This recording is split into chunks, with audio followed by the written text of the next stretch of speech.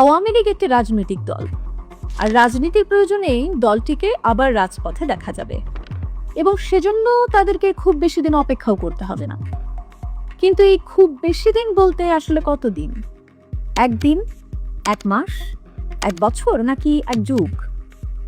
এই প্রশ্নের জবাব খুঁজতে গেলে আগে বুঝতে হবে রাজনৈতিক পট পরিবর্তন কোনো সরল বিষয় নয়। এটা একটা জটিল প্রক্রিয়া। আওয়ামী লীগকে সেই জটিল প্রক্রিয়ার ভেতর দিয়েই ফিরতে হবে। মজার ব্যাপার হলো, এই ফেরানোর উদ্যোগ কিন্তু স্বয়ং বিএনপি সরকারই নেবে। ভাবছেন যে আওয়ামী লীগ একসময় বিএনপিকে প্রায় মাটির সঙ্গে মিশিয়ে দিয়েছিল, বিএনপি কেন সেই আওয়ামী লীগকে আবার ফিরিয়ে আনবে? বলছি সে কথা। তবে তার আগে ফিরিয়ে আনার প্রক্রিয়াটা একটু দেখে আসি। এই প্রক্রিয়া শুরু হবে আওয়ামী লীগের রাজনৈতিক কার্যক্রমে নিষেধাজ্ঞা উঠিয়ে নেওয়ার মাধ্যমে। নিষেধাজ্ঞা উঠিয়ে নিলেই তাদের কার্যালয়ের তালা খুলবে দরজা জানলাও। তবে এটা যে খুব সহজে খুলবে তা কিন্তু নয়। বিক্ষিপ্ত সংঘাতের মধ্য দিয়েই আওয়ামী লীগকে তার কার্যালয়ের দখল নিতে হবে। দ্বিতীয় ধাপে শেখ হাসিনা সহ আওয়ামী লীগ নেতাদের নামে থাকা যেসব অদরকারি মামলাগুলো আছে, সরকার সেগুলো বাতিল করবে। কিছু মামলা রেখে দেবে দর কষাকষি আর নিপীড়নের হাতিয়ার হিসেবে। প্রক্রিয়ার তৃতীয় ধাপে আওয়ামী লীগের নির্বাসিত নেতারা দেশে ফিরতে শুরু করবেন। শেখ হাসিনা হয়তো সহসা ফিরবেন না। যারা আগামী কয়েক বছরের জন্য দলের হাল ধরবেন তারাই আগে ফিরবেন। এ পর্যায়ে বেশ কয়েকজন হেভিওয়েট নেতা জেলেও যাবেন। এভাবেই চিরায়ত রাজনৈতিক প্রক্রিয়ায় আওয়ামী লীগ ফিরে আসবে। ফিরে আসার পথে দলটিকে আইনি লড়াই যেমন লড়তে হবে, তেমনি বিএনপি, জামায়াত, এনসিপির প্রতিশোধের মুখেও পড়তে হবে। কিন্তু প্রশ্ন হচ্ছে, বিএনপি কেন আওয়ামী লীগকে এত দ্রুত রাজনীতিতে ফেরানোর ব্যবস্থা করবে? আওয়ামী লীগ মাঠে না থাকলে তো বিএনপির সুবিধা, তাই না? ব্যবস্থা করবে, কারণ সেই ব্যবস্থা করার জন্যই তারেক রহমান দেশে ফিরে এসেছেন। বাংলাদেশের রাজনৈতিক স্থিতিশীলতা ফেরাবেন, আওয়ামী লীগকে ফেরাবেন, এসব শর্ত মেনে নেয়ার পরই দেশে ফেরার অনুমতি মিলেছে, তার আগে নয়। কি কথাগুলো শুনতে ষড়যন্ত্র তত্ত্বের মতো শোনাচ্ছে? শোনাক, ষড়যন্ত্র শুনতে এমনই শোনায়। কিন্তু যেভাবেই হোক, তারেক রহমান দেশে ফিরে এসেছেন। এখন তাকে ষড়যন্ত্র বাদ দিয়ে রাজনীতিটা করতে হবে। আর সরকারের থেকে রাজনীতি করতে চাইলে একটা বৃহৎ জনগোষ্ঠীকে দীর্ঘ সময় তাদের রাজনৈতিক ছাউনির বাইরে রাখা যাবে না। কার্যক্রম শক্তিশালী হোক বা দুর্বল হোক, রাজনীতিতে বড় দলগুলোকে সচল রাখতেই হয়, না হলে রাষ্ট্র, দেশ ও সমাজ ঠিকভাবে ফাংশন করে না। আওয়ামী লীগের মতো একটি বড় দলের কয়েক কোটি সমর্থক অস্থিরতায় থাকলে দেশের আইন শৃঙ্খলা, নিরাপত্তা ও অর্থনীতিতে মারাত্মক বিপদ নেমে আসবে।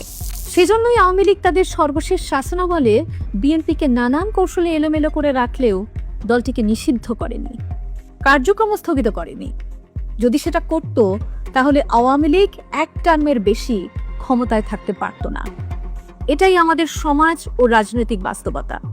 তবে এর চেয়েও বড় বাস্তবতা হচ্ছে দেশের ধর্মীয় মৌলবাদী শক্তি, যাদের বড় একটা অংশ আবার সরাসরি স্বাধীনতা বিরোধী।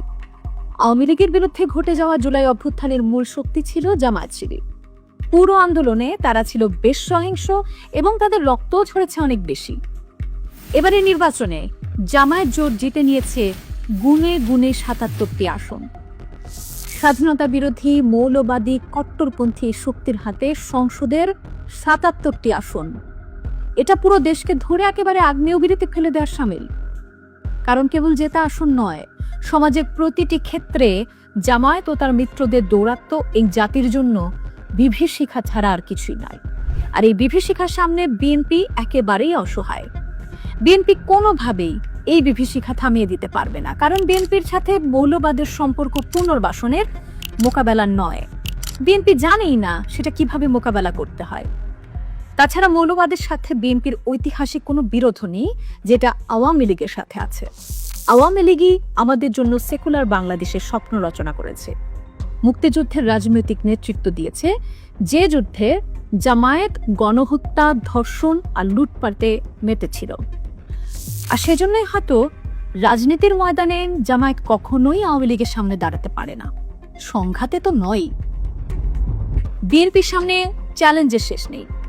ডক্টর ইউনূস দেশকে যে অবস্থায় রেখে যাচ্ছেন, কয়েক মাসের মধ্যেই তারেক রহমান নিজেকে আবিষ্কার করবেন সংকটের বিশাল এক চোরাবালির মাঝখানে। সরকারি চাকরিজীবীদের মাঝে অসন্তোষ, এবড়ো-থেবড়ো স্বাস্থ্যখাত, বিশৃঙ্খল শিক্ষা ব্যবস্থা, বৈদেশিক ঋণের বোঝা, বিনিয়োগের শূন্যতা, বন্দরে অস্থিরতা, আর সাথে আছে যুক্তরাষ্ট্রের সঙ্গে ডজনখানেক গোলামির চুক্তি। সেসব চুক্তি বিএনপির মেরুদণ্ড ধরে টান দেবে এবং দলটি বেসামাল হয়ে পড়বে। এমন বেসামাল পরিস্থিতিতে জামায়াতের মতো ষড়যন্ত্র নির্ভর রাজনৈতিক শক্তি যদি সরকারকে চেপে ধরে, তাহলে মধ্যবর্তী নির্বাচন দেয়া ছাড়া তারেক রহমানের সামনে আর কোনো পথ খোলা থাকবে না। রাজনীতিতে এটা হবে বিএনপির জন্য ভয়াবহ এক বিপর্যয়, আর দেশের জন্য নরকের দরজা খুলে দেয়া ছাড়া আর কিছুই নয়। এমন রাজনৈতিক পরাজয়ের পর বিএনপি কোনোভাবেই জামায়াতের উত্থান ঠেকাতে পারবে না, বরং বিএনপিকে হটিয়ে জামায়াতই হয়ে উঠবে আওয়ামী বিরোধী রাজনীতির সবচেয়ে বড় শক্তি, যেটা বাংলাদেশকে আরো গভীর সংকটের দিকে নিয়ে যাবে। তাহলে উপায় একটাই, আওয়ামী লীগ। দ্রুত এগিয়ে আসা এই সর্বনাশ থেকে বাঁচার একমাত্র উপায় আওয়ামী লীগকে অ্যাক্টিভ করা, কারণ আওয়ামী লীগের আইডি অ্যাক্টিভ হলেই মৌলবাদী শক্তি আইডি লক করে দেবে। তারা ক্ষমতা হারিয়ে ফেলবে, ঝাপসা হয়ে যাবে। অপরদিকে বিধ্বস্ত আওয়ামী লীগ নিজেদের সংগঠন গোছগাছ করতেই ৩-৪ বছর কাটিয়ে দেবে। তার উপর হাজার হাজার মামলা তো আছেই। আওয়ামী লীগ চাইলেও সরকারকে খুব বেশি চাপে রাখতে পারবে না, বিপদেও ফেলতে পারবে না। ফলে তারেক রহমান অযাচিত রাজনৈতিক বিরোধ আর ষড়যন্ত্র ছাড়াই তার মেয়াদ পূর্ণ করতে পারবেন। এমনকি যদি তা নাও পারেন, মানে এত কিছুর পরও যদি মধ্যবর্তী নির্বাচন দিতেই হয়, তাতেও বড় কোনো সমস্যা নেই, কারণ বিএনপি ও আওয়ামী লীগ দেশের দুই প্রধান দল। এক দলের কাছে অন্য দলের পরাজয় নতুন কিছু নয়। অতীতে বিএনপির দাবির মুখে আওয়ামী লীগ নতি স্বীকার করেছে, আবার আওয়ামী লীগের দাবির মুখে বিএনপিও নতি স্বীকার করেছে। এটা হলো গণতন্ত্র, এটাই রাজনীতি। কিন্তু জামায়াতের দাবির মুখে মধ্যবর্তী নির্বাচন, এটা না রাজনীতি না গণতন্ত্র, এটা হলো পরাজয়। আর এই পরাজয় কিন্তু বিএনপির একার নয়, এটা পুরো জাতির পরাজয়। তাই কোনোভাবেই জামায়াতকে বাড়তে দেয়া যাবে না, মৌলবাদী শক্তিকে বাড়তে দেয়া যাবে না। তারেক রহমান নিজেকে যতই তরুণ ভাবুন না কেন, তার বয়স কিন্তু ৬০। তিনি এখন বৃদ্ধ। খুব সম্ভবত তারেক কন্যা জাইমা রহমান রাজনীতিতে সক্রিয় হবেন। আর যাই হোক, তারেক রহমান নিশ্চয়ই তার মেয়েকে দানবীয় মোল্লাতন্ত্রের সামনে রেখে যেতে চাইবেন না। যদি না চান, তাহলে যে কোনো মূল্যে এই দানবের বিনাশ করতে হবে। আর সেজন্য প্রয়োজন একটা মোক্ষম অস্ত্র, আর সেই অস্ত্রের নাম আওয়ামী লীগ। আওয়ামী লীগ রাজনীতিতে ফিরলেই জামায়াতের ৭৭ আসনের উত্তাপ ৭ আসনে নেমে আসবে, আর এটাই হলো বাস্তবতা। তারেক রহমান যদি এই বাস্তবতা মেনে না নেন, তিনি যদি সরল পথে না হাঁটেন, তাহলে আওয়ামী লীগ তার বাঁকা পথ খুঁজে নেবে। আর এই বাঁকা পথ এতটাই বাঁকা যে তারেক রহমান পথের মাথা খুঁজে পেলে লেজ খুঁজে পাবেন না, আর লেজ খুঁজে পেলে পাবেন না মাথা।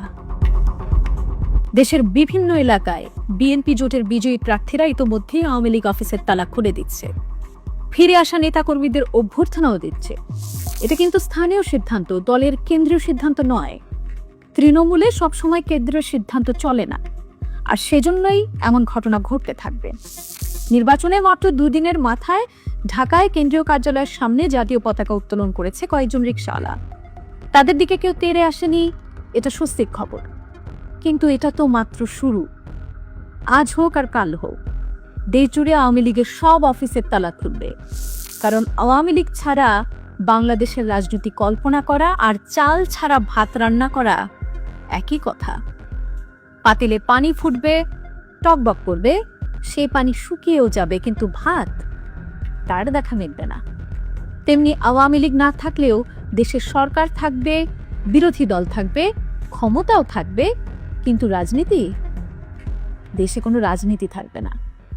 আর রাজনীতি না থাকলে যেটা থাকবে সেটা হলো মৌলবাদের উত্থান, আর সেই উত্থানের কারণে আবারও রেজিম চেঞ্জ, আর তারপর ডক্টর ইউনূসের মতো নতুন কোনো ডাকাতের আগমন অথবা সামরিক দুঃশাসন। তারেক রহমান কি জীবদ্দশায় আর সামরিক শাসন চাইবেন? আর প্রফেসর ইউনূস তো পুরো জাতিকে একটা উচিত শিক্ষা দিলেনই। তারেক রহমান নিশ্চয়ই এমন শিক্ষা আর পেতে চাইবেন না। তিনি ইউনূস সাহেবকে সসম্মানে যেতে দেবেন। ইউনূস সাহেব চলেও যাবেন, তবে যাওয়ার আগে বিএনপিকে উঠিয়ে দিয়ে গেলেন নৌকায়।